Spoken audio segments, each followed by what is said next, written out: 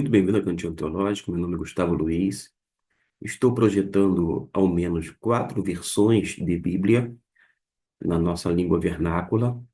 Vamos trabalhar o versículo 1 e 2 e nos deter neste último para que a gente tenha uma noção do que realmente o texto bíblico está dizendo aqui.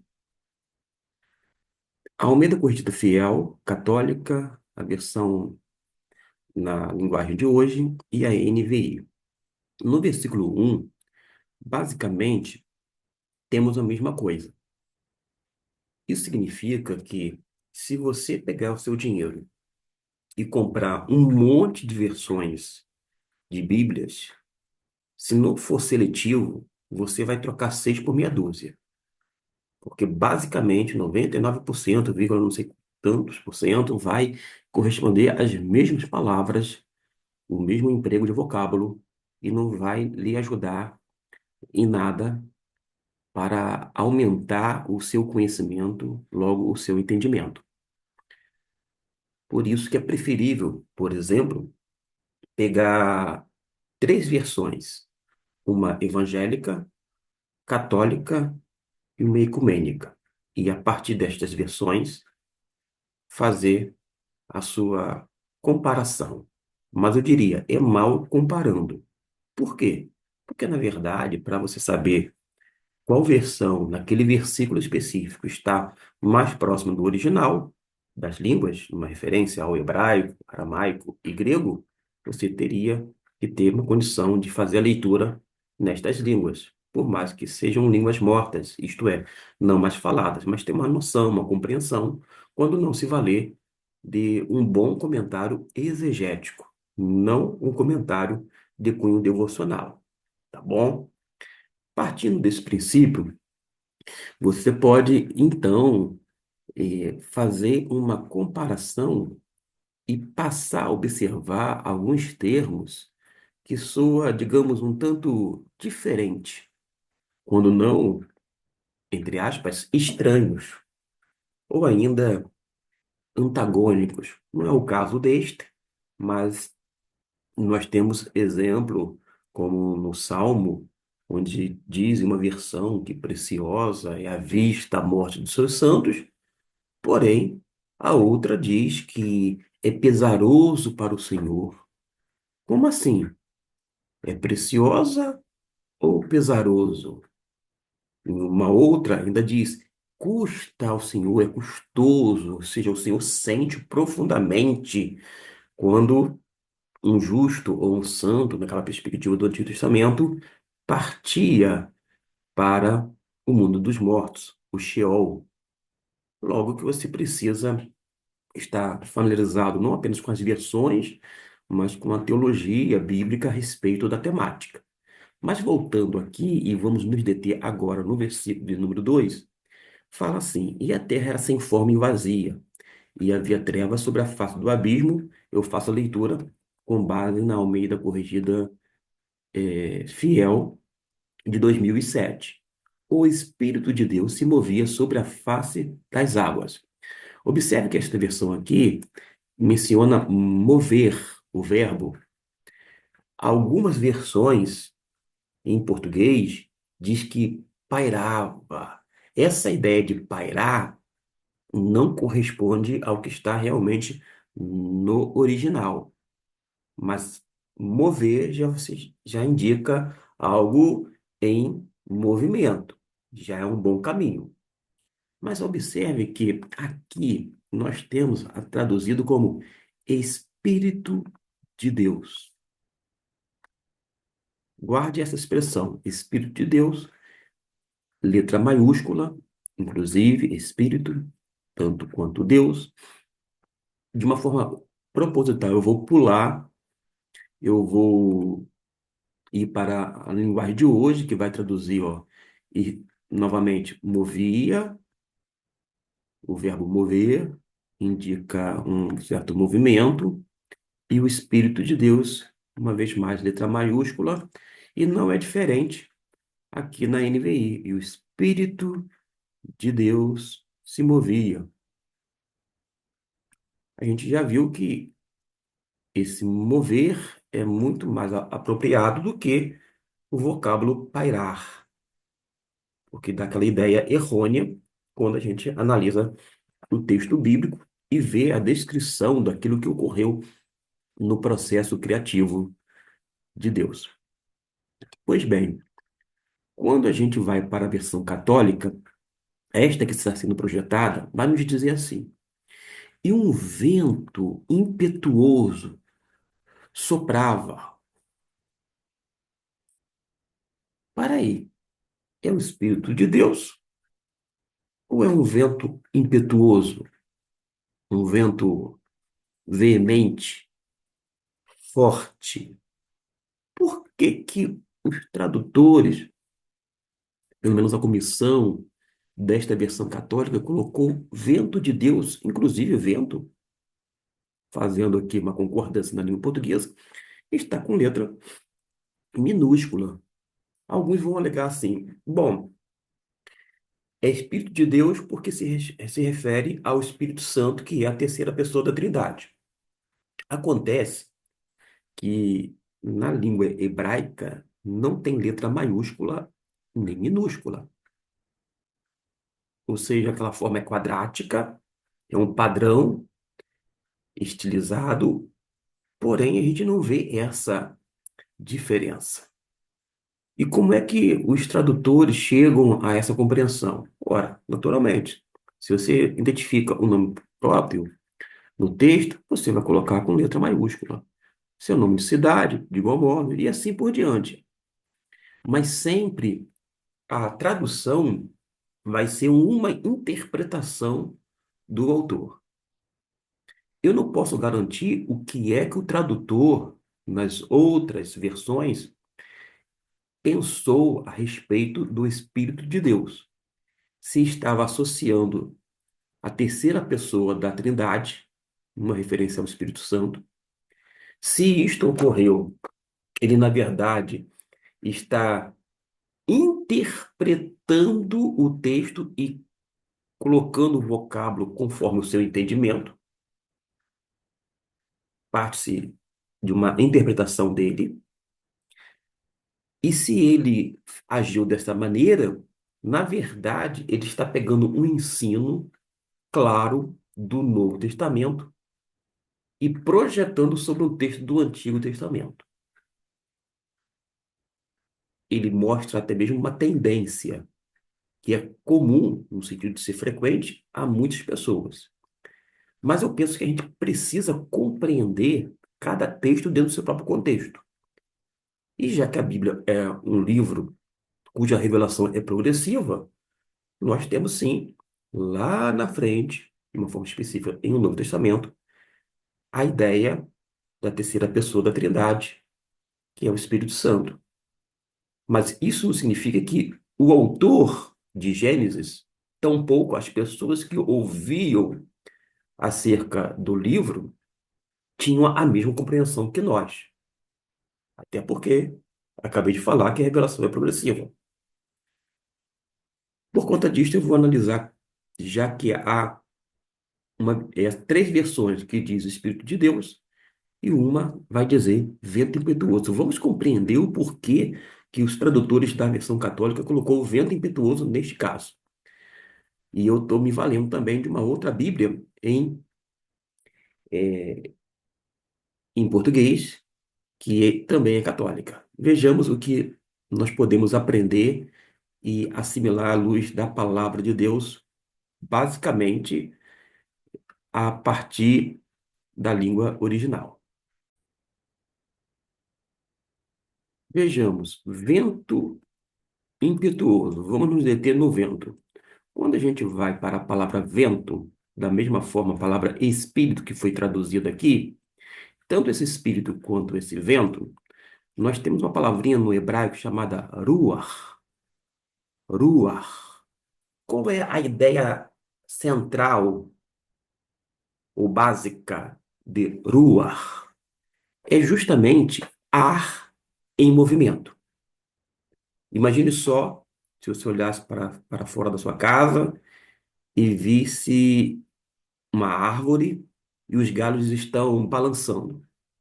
Você não está vendo o vento, ok? Você sabe que está ventando por conta da agitação dos galhos da árvore. A palavra ruach tem essa ideia de ar em movimento.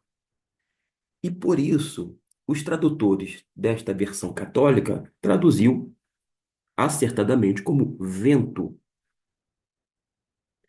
porque o vento tem esse conceito de ar em movimento. Uma outra versão que eu tenho católica, a qual faço a leitura agora, diz assim, verso de número 2: Ora, a terra estava vazia e vaga, as trevas cobriam o abismo, e um sopro de Deus agitava a superfície das águas. Particularmente, eu prefiro esta versão católica, Bíblia de Jerusalém, que diz que um sopro de Deus agitava a superfície das águas. Por quê? Primeiro que a ideia central de ruach, da onde vem a tradução espírito, indica o ar em movimento.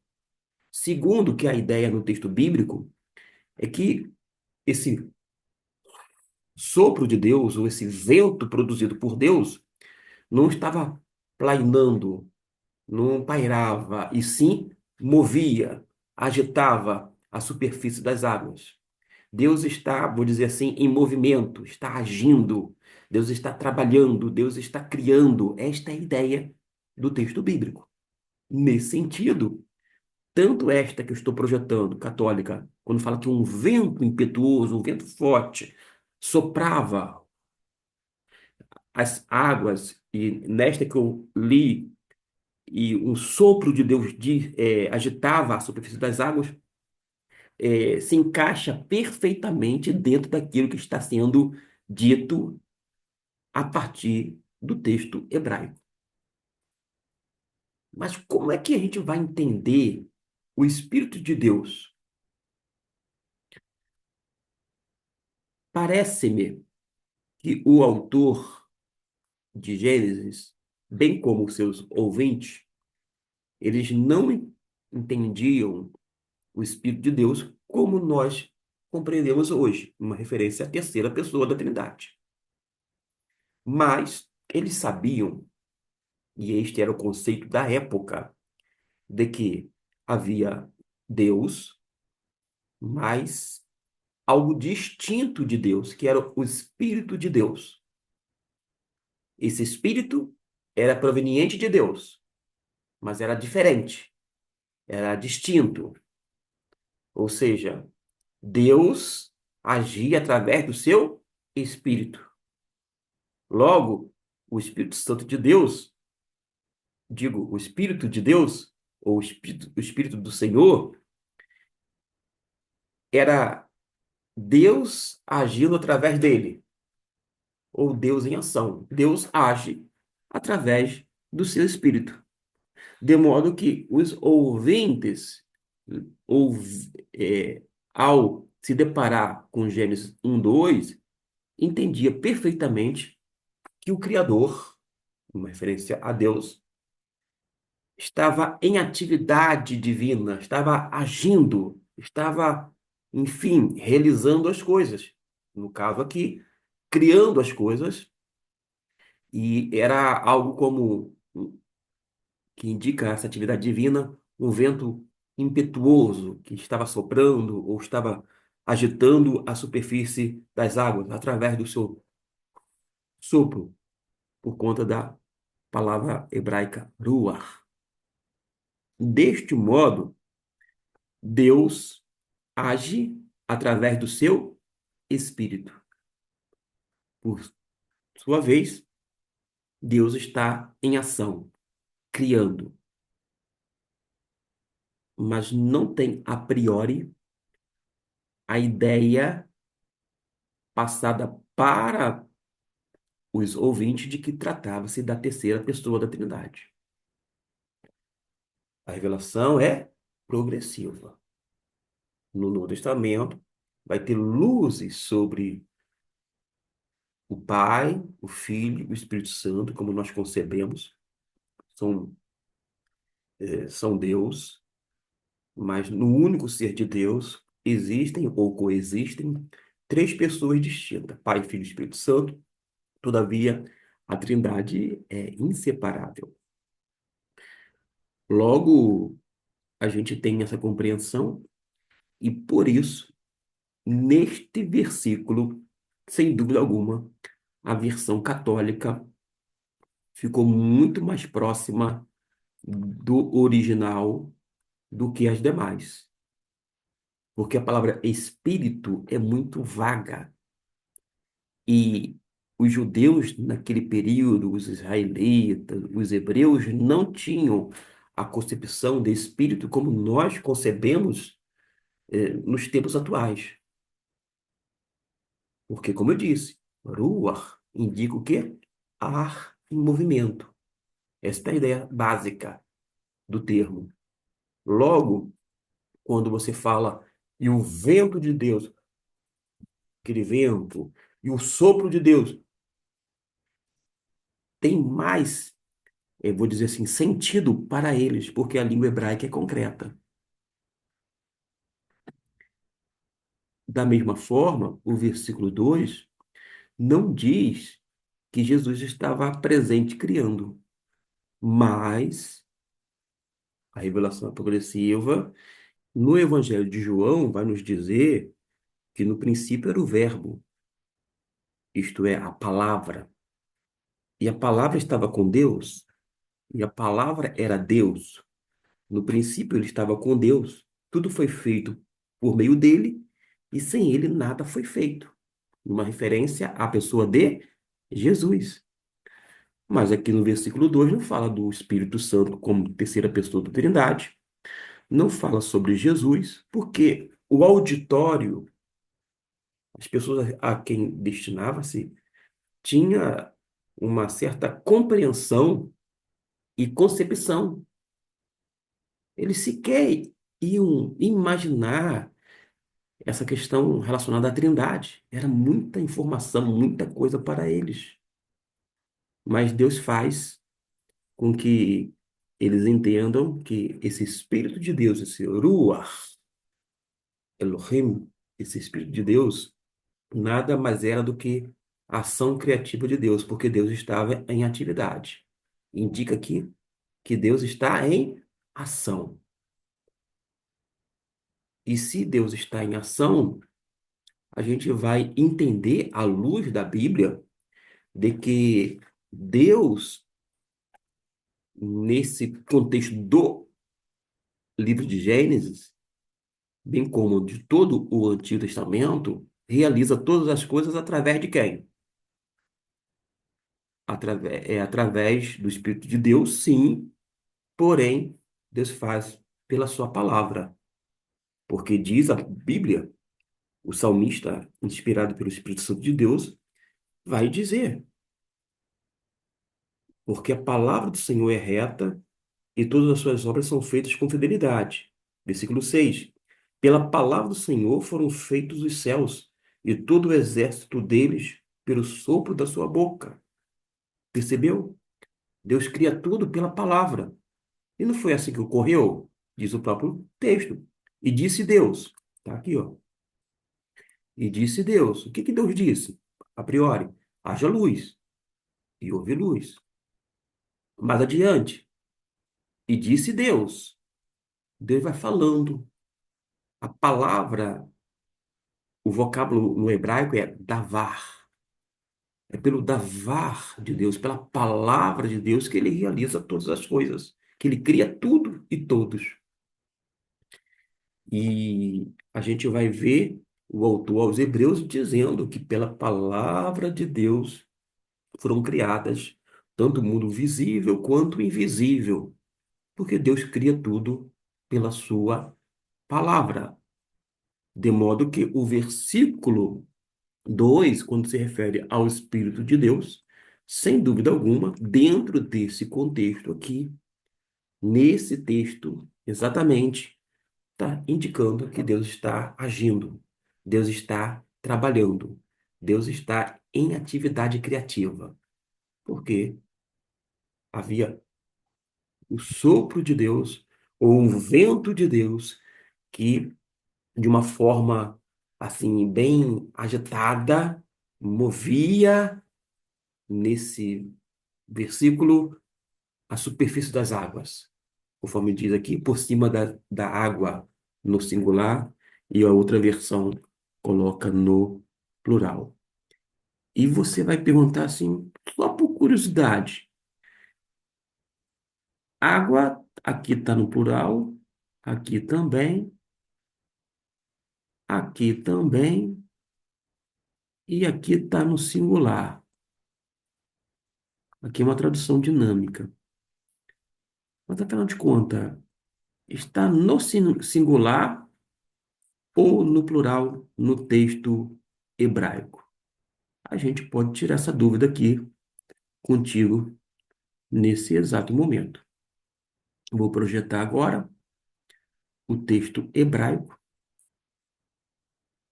no versículo 2. Ó. A palavra aqui, água, está aqui nesse trecho. Hamaim, Hamaim, é a forma plural. Se for ao pé da letra, águas. Na verdade, das águas, uma referência às águas, tá bom? Só por curiosidade, porque aqui, numa tradução dinâmica, na linguagem de hoje, falou, ó, tá por cima da água. Você entendeu? Ah, entendi. Mas como a gente está falando algo relacionado ao texto hebraico, e é este que aparece aqui, versículo, versículo 2, aí sim a gente pode já fazer esta observação mostrando para você. Então, nós temos aqui, ó, a terra, Haaretz, era sem forma e vazia, cobria a face dos abismos, e o Espírito de Deus aqui, ó, você nota que nós temos aqui Veruach, Elohim, aqui é Elohim, nessa parte final, uma referência a Deus, e aqui Veruach, e o Espírito, e o sopro, e o vento, melhor traduzindo, pelo menos dentro da ótica do hebraico bíblico. Espero que tenha apreciado, não o meu comentário em si, mas o texto hebraico, quando não as versões em nossa língua vernácula, ciente de que todas essas versões, elas acabam contribuindo para o aumento do nosso conhecimento a respeito da palavra de Deus. De modo que, nesse cantinho de reflexão teológica, você não vai ver ou vai ouvir uma discussão interminável, infértil, quando não estéril. Você vai ter sempre uma explicação, independente se satisfez a sua, entre aspas, curiosidade ou não. A despeito de você se comprometer com a leitura de Deus, quer no original ou não. O que importa, pelo menos para este, é explicar essas nuances, tanto em língua portuguesa, quando comparado com a língua hebraica. E o propósito não é dizer eu estou certo, logo você está errado, ou nós estamos certos, nós estamos errados. Nada disto. O objetivo realmente é expor o texto bíblico e deixar que ele fale por si só.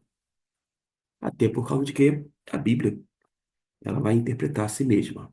Mas nós, como leitores, devemos ser responsáveis e, sobretudo, sérios, comprometidos com a verdade escriturística. Deus nos abençoe e até o nosso próximo vídeo.